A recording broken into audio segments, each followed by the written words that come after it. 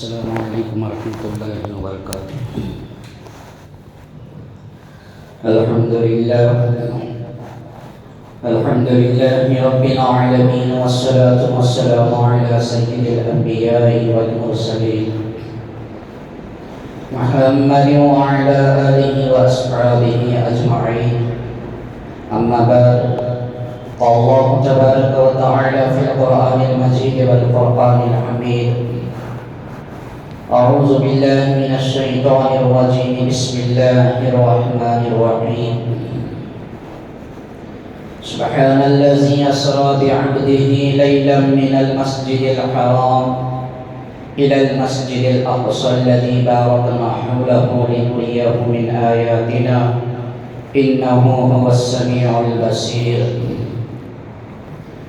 وقال النبي صلى الله عليه وسلم: لا يدخل الملائكة بيتا فيه كلب أو تشابه، أو كما قال عليه الصلاة والسلام، وبارك وسلم تسليما كثيرا كثيرا۔ رب اشرح لي صدري ويسر لي أمري واحلل عقدة من لساني يفقهوا قولي۔ اللهم صل على سيدنا مولانا محمد في أول وأوسط وآخر كلامنا۔ صدق الله العلي العظيم وصدق رسوله النبي الكريم، ونحن على ذلك لمن الشاهدين والشاكرين، والحمد لله رب العالمين۔ محترم دوستوں، بزرگوں، اللہ تبارک و تعالیٰ نے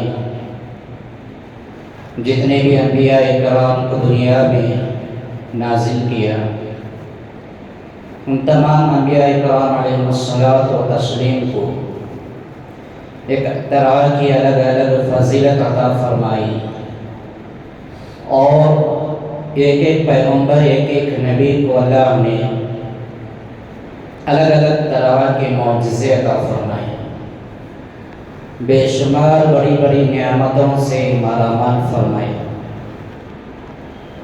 اس کے بدلے میں انبیاء کرام اللہ تعالیٰ سے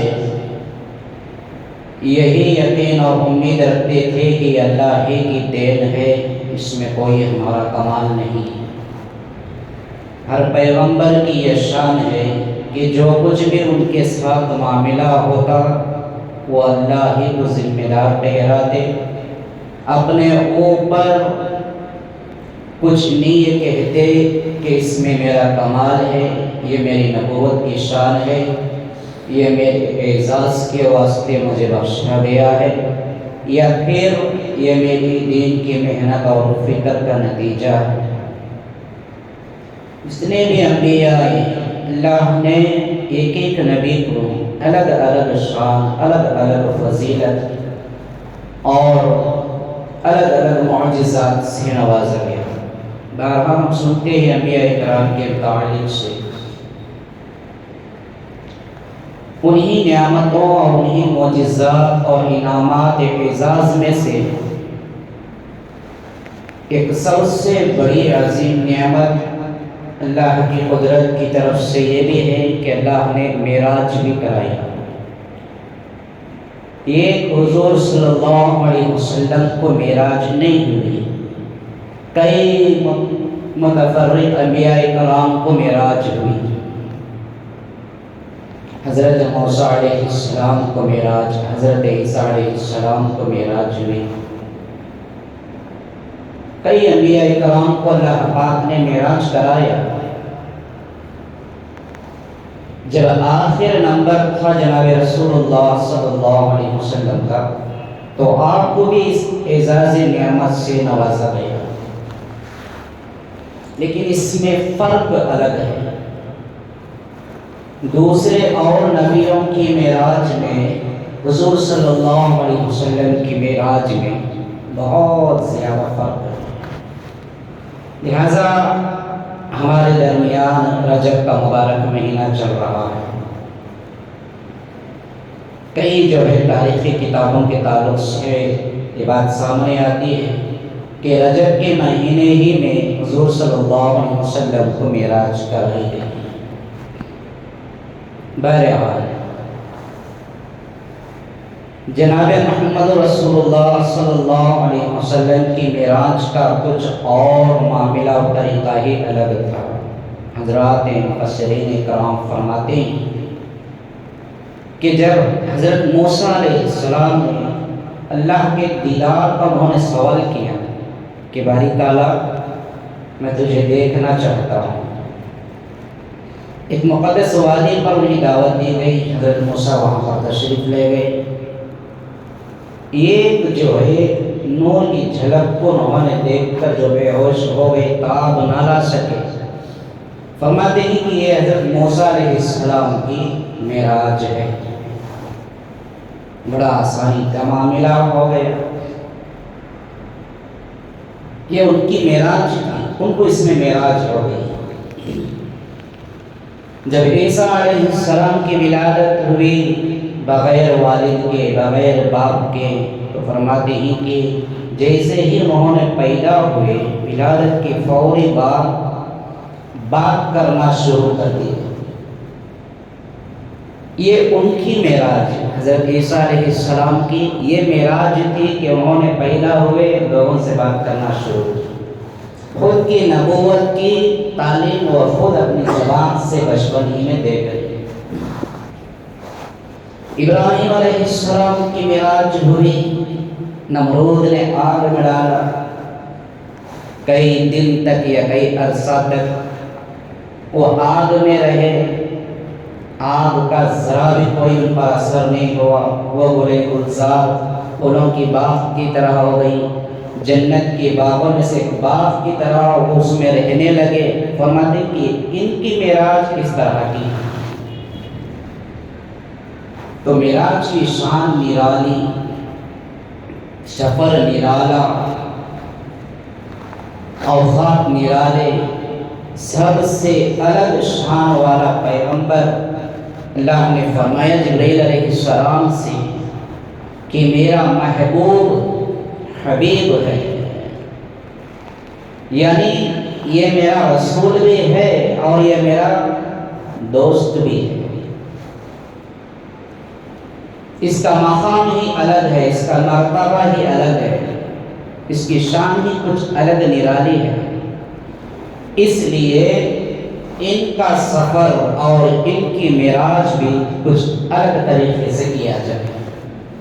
آپ بھی مہمان بنتے ہیں رشتہ داروں کے، میں بھی مہمان بنتا ہوں رشتہ داروں کے، اور کوئی رشتہ دار ہمارے گھر کے مہمان بنتے ہیں، یہ ہوتا ہے عام مہمانوں کا استقبال، ہم میزبان بنتے ہیں، سادگی سے ہو جاتا ہے۔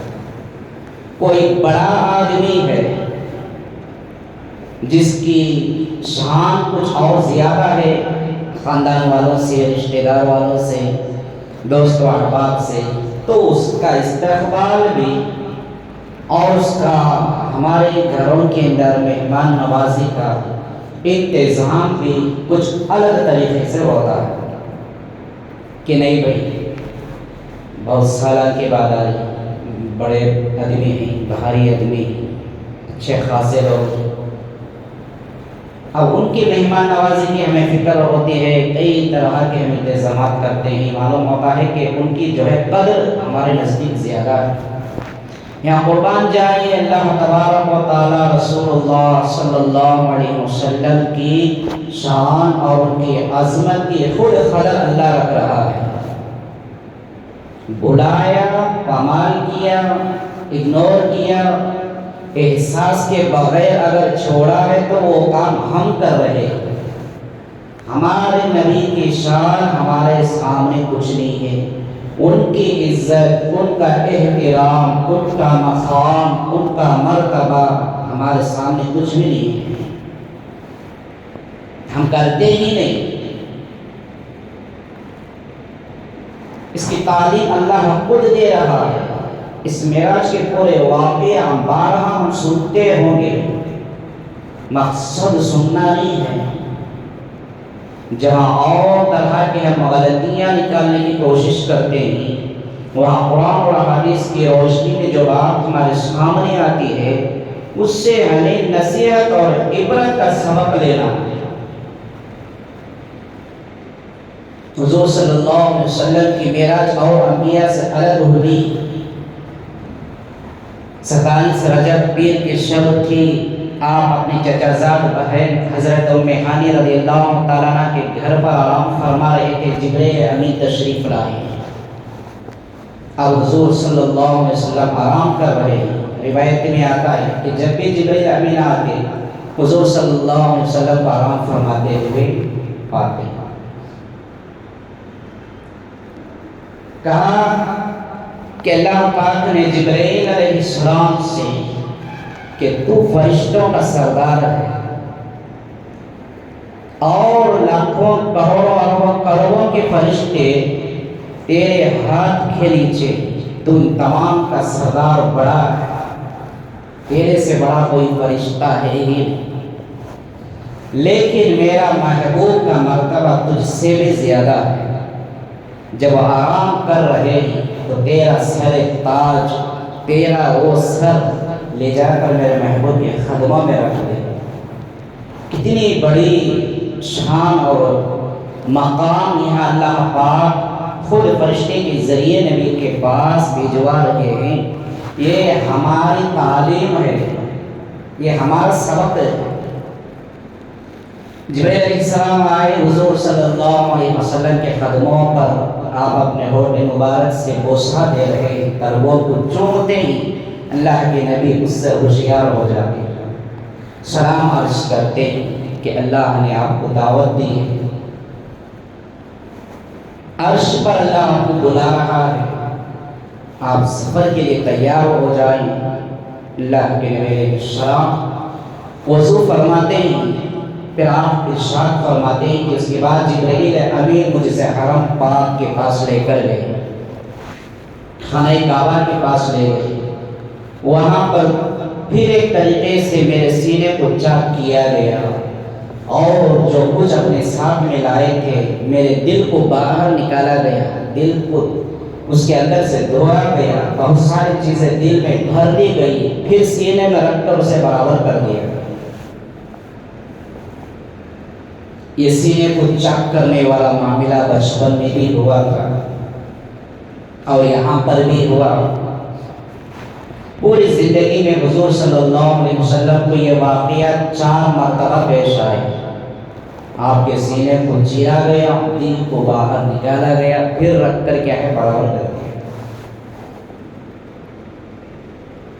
چھوٹے سے چھوٹے آپریشن کو پوری جو ہے ڈاکٹرز، پورے سرجن، پوری دنیا کی طاقت کیا ہے،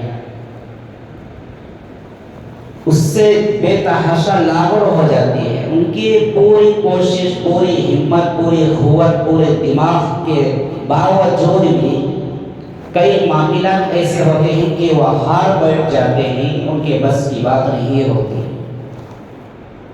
دوستوں بزرگوں، ہمارے دماغ اتنے کمزور ہیں کہ ہم اتنے جو ہے آسانی سے اچھی خیر کی چیزوں کو سمجھنے کے نہیں رہے۔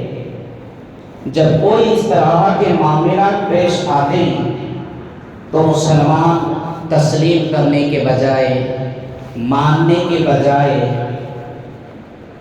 شک اور ڈر کی بنا پر اس میں بھی جو ہے سوچنے لگتا ہے کہ کیسا ہو گیا ہوگا، کیا ہے، کیا کوئی بنائی بناوٹی باتیں ہیں یا کتابوں کی لکھی ہوئی باتیں ہیں۔ ایک بھی اگر حرف کے برابر کسی مسلمان کے دل میں اس واقعے کے تعلق سے شک پیدا ہوتا ہے تو مرے گا، بعد میں پہلے اس کا ایمان اس کے اندر سے باہر نکل جاتا ہے، وہ مومن نہیں رہتا، مسلمان نہیں رہتا۔ اگر بیوی ہے تو اس کا نکاح بھی ٹوٹ چکا تھا۔ اگر بچے بعد میں پیدا ہو رہے ہیں، یقین کے ساتھ میں کہہ سکتا ہوں حرام کی اولاد پیدا ہوگی، کیونکہ اللہ پاک نے قیامت تک آنے والے انسانوں کے اعتراضات کا جواب دے دیا۔ 15ویں پارے میں اللہ نے فرمایا سبحان، یعنی تمہارے تمام شک و شبہات سے، تمہارے اعتراضات سے، تمہیں اپنی عقل سے جو سوچتے ہو ان تمام سے پاک اور بے نیاز ہے وہ ذات۔ سبحان الذی، یعنی اللہ نے کرایا کام. کیا بھائی منٹوں کے اندر آسمانوں کا سفر ہوگا کہ جنت دیکھ لیے جہنم دیکھ لیے کہ ایسا ہوتا کہ سب کچھ کے باوجود نہ ہونے پر اللہ کر دیتا ہے. سب کچھ ہونے کے باوجود دنیا میں اور آپ کچھ نہیں کر سکتے. اللہ کی قدرت میں سب کچھ ہے، ہمارے بس میں کچھ نہیں ہے. اللہ نے اس کی دلیل بھی دے رہا ہے. اللہ خود فرما رہا ہے سبحان الذی، یعنی میری ذات ہے وہ کام کرانے والی. اسرا بعبدہ، کہ میرے بندے کو محمد صلی اللہ علیہ وسلم کو سفر کروایا. لیلم، یعنی رات کے کچھ ایک مخصوص حصے میں، یعنی فرمایا کہ پوری رات کا سفر تھا، رات کا ایک مخصوص حصہ جنہیں لے گیا کعبۃ اللہ سے بیت المقدس تک، اور وہاں سے ساتوں آسمانوں تک، اور اس کے اور آگے اللہ نے جتنا چاہا اتنا سفر کروایا. من المسجد الحرام الى المسجد الاقصى الذي باركنا حوله، اور اللہ نے فرمایا اس کے آس پاس ہم نے برکتیں رکھے ہیں. محدثین کرام فرماتے ہیں کہ برکتوں کے تعلق سے ملک شام کی سرزمین ہے جہاں کے آس پاس میں اللہ نے برکتیں رکھی ہیں. انہو هو السمیع البصیر، اللہ تعالیٰ بہت زیادہ خوب دیکھنے والا، جاننے والا، سننے والا ہے. اس معاملات پر اگر ہمارا ایک شک پیدا ہوتا ہے تو ہم واقعے میں شک نہیں، قرآن میں شک کر رہے ہیں. ہم باتوں کے واقعے میں شک نہیں، اللہ کے قدرت میں شک کر رہے ہیں. اس سے ہمیں پرہیز کرنا چاہیے. مسلمان کا ایمان ہی یہی ہے. جب قرآن اور حدیث کی بات سامنے آ رہی ہے تو بلا چون بچہ ہمیں سمجھ میں آئے یا نہ آئے سر کو جھکانا، تسلیم کرنا ہی ہمارا ایمان ہے. حرم پاک اللہ کے نبی نے خود واقعے کو ارشاد فرمایا. حرم پاک کے پاس میرے واسطے ایک سواری پیش کی گئی جو سفید رنگ کی تھی، گھوڑے سے ذرا نیچا، گدھے سے تھوڑا بڑا تھا، براق تھا. اس پر میں اور جبرائیل سوار ہوئے اور مجھے لے کر چلتے گئے. پوری جو ہے بیت المقدس تک کے درمیان میں کچھ مقامات پر مجھ سے نماز پڑھنے کو کہا گیا. ایک مقام پر میں نے نماز پڑھی 2 رکعت. جبرائیل سے پوچھا کہ جبرائیل یہ کون سا مقام ہے؟ تو حضرت جبرائیل علیہ السلام نے فرمایا کہ یا رسول اللہ یہ مدینہ منورہ ہے، آپ یہاں ہجرت کریں گے اور آپ کی آخری آرامگاہ بھی یہیں پر ہوگی. پہلے ہی آپ کو پیشین گوئی، پہلے ہی اللہ پاک نے آپ کو اس کا علم دے دیا گیا، مقام بتلا دیا ہے.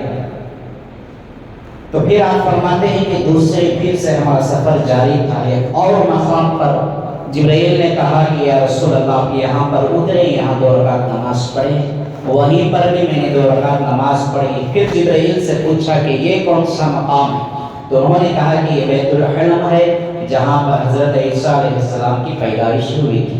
آپ کو جو ہے نشانات دکھائی جا رہے ہیں، مقامات دکھائے جا رہے ہیں سفر معراج میں. تیسرے وہ مقام پر پہنچے جہاں طور سینا کہتے ہیں، وہاں پر بھی حضور صلی اللہ علیہ وسلم نے 2 رکعت نماز پڑھی.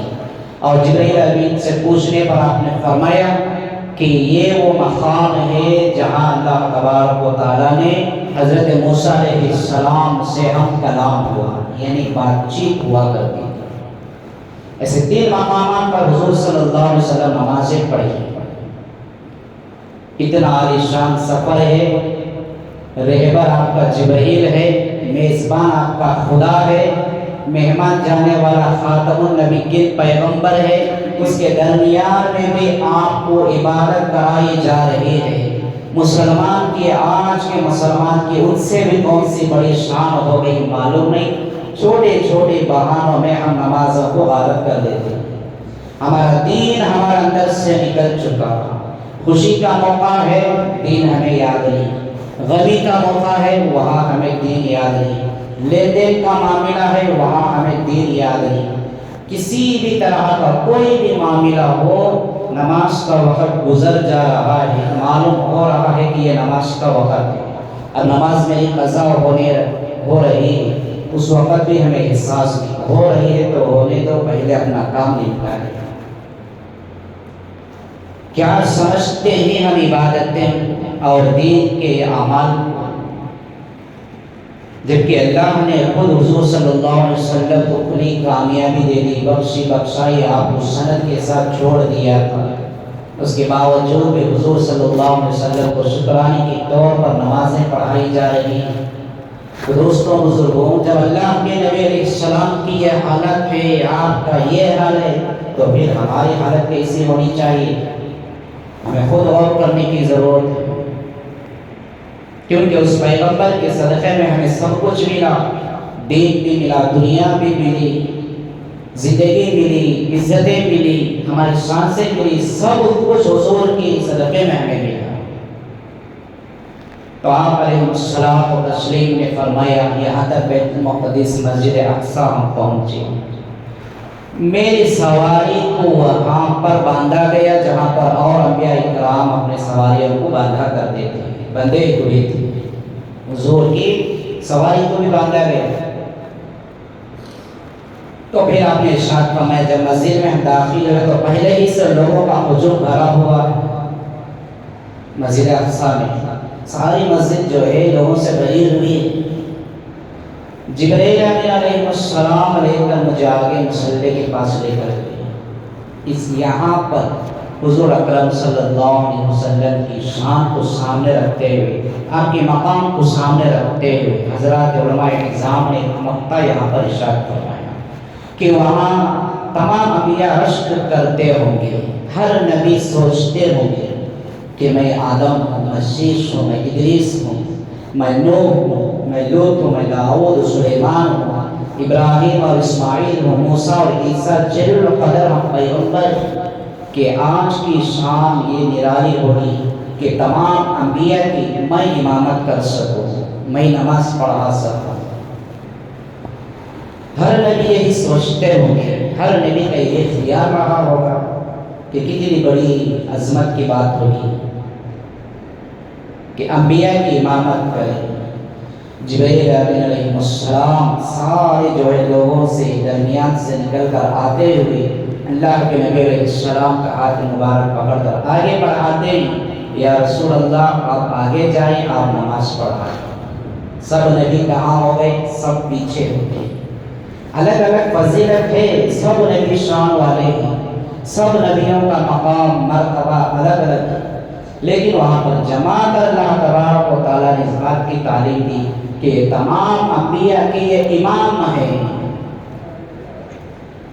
بس آپ کی موجودہ حیات طیبہ میں صحابہ کے امام نہیں، بس مسلمانوں کے امام نہیں، انبیاء کے بھی امام، تمام نبیوں کے بھی یہ نبی ہیں۔ حضور صلی اللہ علیہ وسلم نے سارے انبیاء کرام کی امامت فرمائی، نماز پڑھائی۔ اس کے بعد فرماتے ہیں کہ جبرائیل علیہ السلام کھڑے ہو کر سامنے والے لوگوں کا تعارف کروایا اور میرا تعارف ان سے کروایا، کہا کہ اللہ کے نبی یہ سارے انبیاء کرام ہیں، سارے جو ہے نبیوں کی جماعت ہے جو آپ کے شرف دیدار اور ملاقات سے حاضر ہوئے، اور تمام انبیاء سے کہا کہ یہ خاتم النبیین ہیں، اللہ کے پیارے حبیب صلی اللہ علیہ وسلم تعارف ہو گیا۔ تو حضور صلی اللہ علیہ وسلم نے فرمایا، اس کے بعد 2 پیالے میرے سامنے پیش کیے گئے، حضرت جبرائیل امین علیہ السلام کے ذریعے سے جنت سے 2 پیالے پیش کیے گئے، ایک میں دودھ تھا، دوسرے میں شراب تھا۔ حضور صلی اللہ علیہ وسلم کو اجازت تھی کہ آپ اس میں سے جسے چاہے اختیار کر لیں، چاہے تو آپ دودھ بھی نوش فرما لیں یا پھر شراب بھی نوش فرما لیں۔ آج ہمیں روک کر رکھ کر بھی مسلمان اس میں لت پت ہو رہے ہیں، اگر اجازت ہو جاتی تو کیا حال ہوگا، اللہ بہتر جانے۔ یہ باتیں اگر ہمارے سامنے اس کے آپشن ہوتا تو اس کی کوئی تصور ہی نہیں۔ ایسے شراب مسلمانوں کو اتنی لذت معلوم ہوئی، جنت میں جانے کے بعد جو جنت کی شراب جنتیوں کو دیتی پر قرآن کہتا نا، وہ شراب ان کو شاید دنیا ہی میں مل گئی ہوگی، ایسا مزہ مسلمان کو مل رہا، جبکہ اللہ کے نبی علیہ السلام نے اس کے قریب بھی ہاتھ نہیں لگایا، اس کا تصور بھی اپنے دل میں نہیں لایا، دودھ کو آپ نے نوش فرما لیا۔ جبرائیل امین نے کہا کہ یا رسول اللہ، آپ نے تو فطرت کو اپنایا، اس لیے کہتے ہیں کہ دودھ پینا سنت ہے، دودھ اللہ کے نبی کی سنت ہے، آپ نے ساری زندگی میں زیادہ تر دودھ کو استعمال کیا۔ جبرائیل نے کہا کہ فطرت کو آپ نے اپنایا، شراب آپ کی امت پر اور آپ پر بھی حرام ہونے والی ہے، حرام ہو چکی ہے۔ یہ فطرت تھی، اللہ کے نبی علیہ الصلوۃ والتسلیم کو سامنے دے کر یہ چیزیں اللہ پاک ہم سے ہم کلام ہے، ہم سے سوال رکھتا ہے کہ دیکھو تمہارے پیغمبر کو اجازت ہونے کے بعد بھی انہوں نے اس چیز کی طرف بڑھے نہیں، لیکن اس نبی کا کلمہ پڑھنے والے، اس نبی کو ماننے والے، اس نبی کے عاشق رسول خود کو کہنے والے زندگی چل رہی ہے تو شراب والی زندگی گزار رہی ہے، جو اتنی غلاظت والی، اتنی زہریلی، اتنی جو بدترین چیز ہے۔ اللہ کے نبی علیہ السلام نے فرمایا ایک بھی قطرہ اگر اس کے پیٹ میں چلا جاتا ہے تو اس کے ختم ہونے میں 40 دن لگ جاتے ہیں، 40 دن تک اس کی عبادت قبول نہیں ہوتی۔ ایک قطرہ 40 دن کی عبادت جو ہے ختم، پینے والا قطرہ نہیں پیتا، باٹل ہی ختم ہو جاتی تو پھر اس کا حصہ خود لگا ہے۔ کیسی ہماری عبادتیں ہیں، پھر اس کے بدلے میں کس طرح ہم عبادتوں کو ختم کر رہے ہیں۔ تو دوستوں بزرگوں، اللہ کے نبی علیہ الصلوۃ والتسلیم نے فرمایا کہ وہاں سے اس کے بعد ہمارا سفر آسمانی سفر ہوا۔ اب یہاں پر احادیث نبی صلی اللہ علیہ وسلم اور سیرت کی جو ہے باتوں سے ایک دو نقطہ میں آپ کے سامنے رکھتا چلوں، تاکہ جو تھوڑا بھی ہم سنیں تھوڑا کلیئرٹی کے ساتھ سن لیں، پھر ہمارا کوئی اس کے اندر شک و شبہ نہ ہو، کوئی پھر ہمارے دل ہمارے جو ہے اندر سے کوئی سوالات پیدا نہ ہو۔ قرآن پاک کی میں نے آیت کی پڑھی، اس کا ترجمے کے ساتھ میں نے آپ کے سامنے رکھ دیا کہ اللہ نے یہ واقعہ اور یہ معراج کا سفر کا واقعہ کرانے والی ذات اللہ کی ہے، لے جانے والے جبرائیل امین تھے۔ کیسے گئے؟ سواری کے ساتھ گئے، راہ کے مخصوص حصے میں گئے۔ واقعے میں لکھا ہے کہ جب آپ دروازہ کھول کر گئے تھے، جو دروازے کی کنڈی ہوتی ہے، تالا لگانے والی کنڈی، وہ ہل رہی تھی، آپ نے وضو فرما کر جو گئے، سارا سفر طے کر کے واپس آنے کے بعد بھی وہ دروازے کی کنڈی ہل رہی ہے اور وہ پانی ابھی خشک نہیں ہو سکا، ابھی سوکھا نہیں ہوا، ویسے ہی پانی جاری ہے۔ اب ہمیں سوچیں کہ کتنا اس میں وقت لگا ہوگا۔ کنڈی ہل رہی ہے، پانی جیسے وضو کیے تھے وہ ابھی جاری بھی ہے، ویسے ہی بھیگا بھی ہے، پانی تک وضو کا نہیں سوکھا۔ اتنے کم عرصہ میں اللہ کے نبی صلی اللہ علیہ وسلم دنیا کی زمین کا سفر، آسمانوں کا سفر، عرش کا سفر، سدرۃ المنتہا کا سفر، اللہ کا دیدار، ساری چیزیں ہو کر واپس آتے ہوئے بھی بہت بڑا سفر ہوا، جہنم کا مشاہدہ کر کے بہت لمبا سفر۔ یہی ہمارا ایمان ہے، اسے سر تسلیم کرنا، اس کا یقین رکھنا، اسے ماننا ہمارا ایمان ہے۔ اس میں کوئی گنجائش نہیں کہ ہم اپنی عقل استعمال کر کے شک و شبہ پیدا کریں، ہم ڈاؤٹ کریں، کوئی گنجائش اور اجازت نہیں۔ حضور صلی اللہ علیہ وسلم نے حدیث میں ارشاد فرمایا لا يدخل الملائکۃ بیتا فی کلب او کصاب۔ یہ جو قرآن اللہ کے نبی نے فرمایا، سفید رنگ والا جانور مجھے پیش کیا گیا سفر کے وقت، اس پر ہم اگر غور کریں تو بہت سارے مسلمانوں کے گھروں میں ایک براق نظر آتا ہے، کئی گھروں میں ہم نے بھی دیکھا ہے، ابھی بھی بہت سارے لوگوں کے گھروں کے اندر موجود ہے۔ ایک بڑی سی تصویر ہوتی ہے، ایک جانور گھوڑے کی شکل میں ہوتا ہے اور اس کا انسانی شکل و صورت چہرہ ہوتا ہے، اس کے دو پر بھی ہوتے ہیں۔ یہ کس میں جمع ہے یہ سوچنے میں بھی ذرا وقت لگ جاتا۔ انسانی ہے، عورت ہے کہ مرد ہے، جانور ہے کہ کون ہے، یا اڑنے والی کوئی تتلی ہے یا زمین پر بھاگنے والا گھوڑا ہے، کچھ بھی معلوم نہیں ہوتا۔ اب اس میں درمیان میں لکھا ہوتا براق النبی صلی اللہ علیہ وسلم۔ اب ان اللہ کے بندوں کو تلاش کرنے کی ضرورت ہے۔ جس وقت یہ لوگ جا کر وہاں ان کی فوٹو لیے تھے، براق کی فوٹو ملی تھی، بیچارہ آرٹسٹوں کو کیسے حلیہ ان کو مل گیا، جبکہ اس کا حلیہ کوئی بتایا بھی نہیں گیا۔ اللہ کے نبی نے فرمایا گھوڑے سے ذرا نیچا، گدھے سے تھوڑا اونچا، اس کی تیزی رفتار حد نگاہ تک، جہاں تک نظر جاتی ہے وہاں تک ایک قدم اٹھا کر وہ رکھتا تھا۔ یہ ایسا براق تھا، تبھی تو اللہ کے نبی کا اتنا بڑا سا لمبا سفر ہوا۔ اب یہ کم سمجھی، کم ایمان، دین سے ہماری ناواقفیت، قرآن کا علم نہیں، احادیث کا علم نہیں، اب کوئی سمجھاتے بھی نہیں، بتاتے بھی نہیں تو ماننے کو بھی تیار نہیں۔ گھر میں فوٹو لٹکا کر براق النبی کہتے ہیں کہ دوستوں بزرگوں سراسر جو ہے ایک طرف سے یہ غلط بھی ہے، منع بھی ہے، ناجائز بھی ہے، حرام بھی ہے۔ اسی لیے میں نے آپ کے سامنے حدیث رکھی، لا يدخل الملائکۃ بیتا فیہ، اللہ کے نبی نے اپنی مبارک زبان سے ارشاد فرمایا کہ اس گھر کے اندر رحمت کے فرشتے داخل نہیں ہوتے جس میں کتا یا جاندار تصویریں موجود ہو۔ اگر کتا ہے گھر کے اندر 100% ہم یقین کر لیں کہ میرے گھر کے پاس رحمت کے فرشتے نہیں آ رہے، رحمت کے فرشتے نہیں آ رہے تو میرے گھر کے اندر برکت بھی نہیں، اللہ کی رحمت بھی نہیں، خیر بھی نہیں، کچھ بھی نہیں۔ اور جاندار تصویریں اگر وہ براق کو مان بھی لیا جائے، چلو بھائی تھوڑی دیر کے واسطے یہی برا کر رہا ہوگا، تب بھی اللہ کے نبی نے اس سے منع فرمایا کہ جاندار تصویریں گھر کے اندر لٹکائے رکھنا یہ بھی حرام ہے۔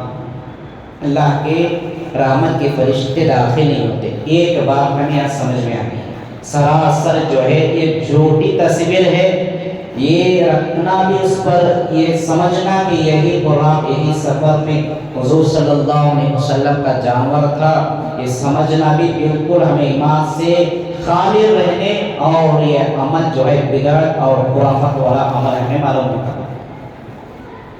دوسری بات، تمام انبیاء کرام دنیا میں انتقال کر چکے، ہمارا ایمان ہے کہ حضور صلی اللہ علیہ وسلم نے خود فرمایا کہ انبیاء پر اللہ نے دنیا کی زمین مٹی کو حرام کر دیا، نبیوں کے جسم کو مٹی نہیں کھا سکتی۔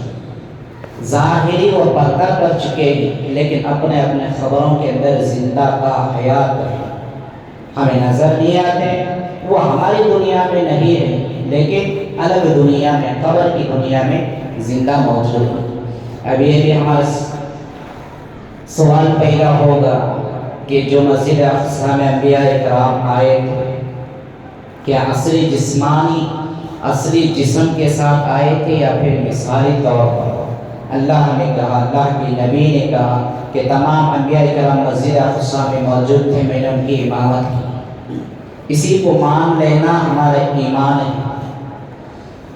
دو باتیں اس کے اندر مورخین نے لکھا ہے، ہو سکتا ہے کہ جسمانی اصلی جسم بھی ہو یا پھر مثالی جسم بھی ہو، دونوں میں سے کوئی ایک ہوگا، لیکن حاضر تھے تو صحیح، اس میں کوئی شک کی گنجائش نہیں۔ اللہ کے حضور صلی اللہ علیہ وسلم نے فرمایا خود کہ میں نے ایک مرتبہ موسیٰ علیہ السلام کو دیکھا کہ وہ اپنی قبر کے اندر نماز پڑھ رہے ہیں، معلوم ہوتا کہ وہ تا حیات ہیں اپنے قبروں کے اندر، نہ سفر کے تعلق سے، نہ انبیاء کے تعلق سے، کسی بھی معاملے میں ہم اپنی عقل کو استعمال کرتے ہوئے اپنی سوچ کو سامنے رکھ کر شک کرنے کی جو ہے گنجائش نہیں۔ اگر یہ چیز ہمارے اندر آ بھی گئی تھی تو ہم ایمان تجدید کر لیں، پھر سے ہم ایمان میں داخل ہو جائیں۔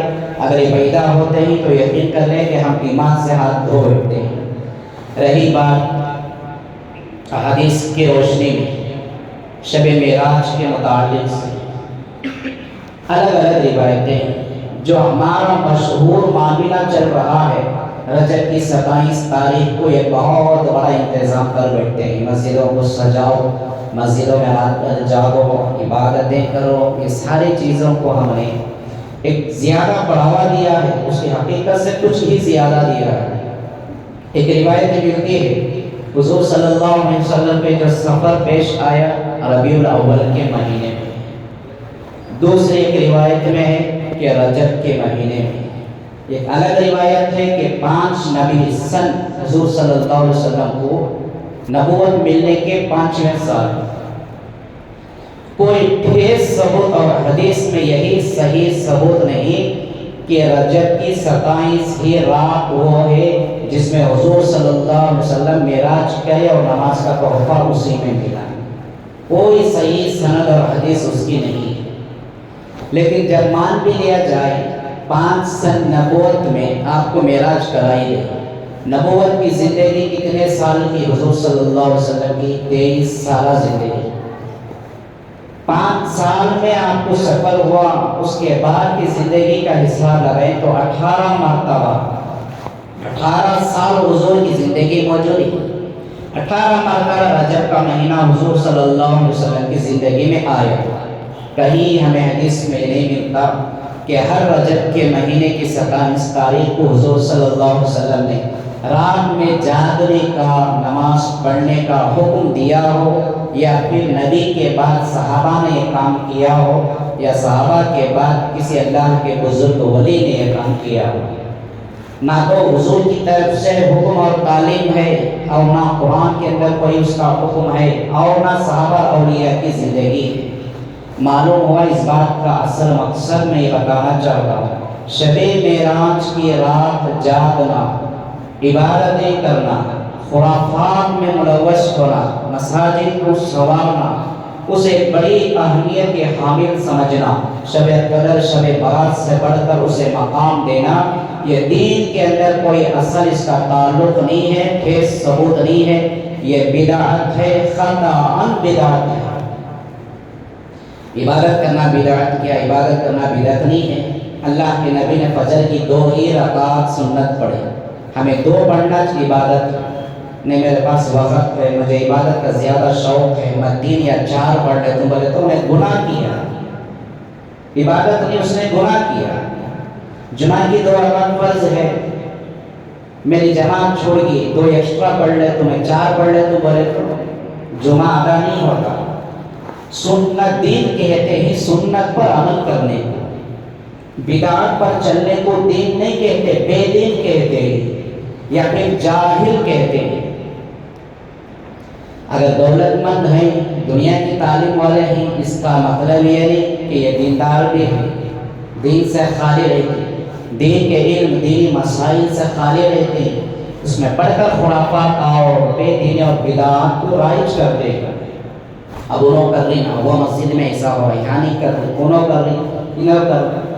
بھئی کوئی جہنم میں جانے کا کام کر رہا اسے دیکھ کر تو ہم نہیں جاتے، ہم کھانا پیٹ کو کھانا ہی کھائیں گے، چاہے دوسرا کچھ بھی کھا لے، ہمیں اس سے تعلق نہیں ہے۔ اللہ کے نبی نے 27 رجب کا حکم نہیں دیا اور خود آپ نے رات کا یہ معاملہ پیش نہیں کیا، صحابہ نے یہ کام نہیں کیا، اس سے ہم اجتناب کریں، ہم بچیں۔ ذمہ داروں سے بھی ہماری اپیل ہے کہ اس کا علم ہمیں نہیں ہے، تو جب بات سامنے حقیقت آ گئی تو اس پر عمل کرنا ہماری دینداری ہے، نہیں ضد کی بنا پر ہم کریں گے، اب ہم خود بھی گناہ کریں گے، دوسروں کو بھی اس میں ملوث کریں گے۔ تو جو لوگ جاندار ہیں، جن کے پاس صحیح علم ہے، جن کو اس بات کا معلوم پتہ ہے کہ صحیح کیا ہے، سنت کیا ہے، بدعت کیا ہے، ایسے لوگوں کو چاہیے کہ اس میں ملوث نہ ہو، شام کی نماز پڑھے، الگ ہو جائے، اپنے گھروں کے اندر ملوث ہو جائے۔ اب دوسری راتوں کے تعلق سے جیسے شب برات ہے، اللہ کے نبی صلی اللہ علیہ وسلم نے عبادتوں کا حکم دیا، تو بھی کیسے دیا؟ نوافل عبادت گھروں میں کرنی چاہیے۔ اتنی بڑی فضیلت شب برات کی ہے، اس کی فضیلت بھی نوافل عبادت گھروں میں کرنے کو دیا گیا۔ کہیں بھی یہ حکم نہیں دیا حدیث کے اندر کہ مسجدوں میں اجتماعی عبادت بل صبر کرو، خرافات میں ملوث ہو۔ یہاں بات شب معراج کی تعلق سے جو کچھ مختصر طور پر موٹے موٹے الفاظ میں نے آپ کے سامنے رکھ دیا، اسے دل کے اندر بٹھا کر رکھیں کہ شب میراث 27 رجب دین کے اندر اس میں عبادتوں سے کرنا، رات میں جاگنا، نوافل کرنا، اور روزہ ایک روزہ رکھ کر سمجھنا 1000 روزوں کے برابر ہے، کوئی خاص عبادت نہیں ہے 27 رجب کے تعلق سے۔ اگر روزہ ہے تو ہر مہینے کے نفل روزے، ہر دن کے نفل روزے ہی، مہینے کے 3 روزے ہی، جب چاہے نفل روزہ رکھ سکتے ہیں۔ 27 کے تعلق سے رکھنا یہ سارے بدعات ہیں، خرافات ہیں، اس سے ہم بچ کر عبادت اور اعمال میں جڑنا ہی دین کہا جاتا ہے، اسی کو سنت کہا جاتا ہے۔ لہٰذا دوسرا اور سفر ہے اللہ کے نبی صلی اللہ علیہ وسلم کا آسمانی سفر، اگلی جمعہ آپ کے سامنے اسی تعلق سے رکھنے کی کوشش کروں گا۔ دعا کریں کہ جتنی بھی باتیں ہمارے سامنے آئے، اللہ مجھے بھی اور آپ کو بھی صحیح سمجھ کے ساتھ عمل کرنے کی توفیق عطا فرمائے، کہنے سننے سے بھی زیادہ عمل کی توفیق عطا فرمائے۔ آمین وآخر دعوانا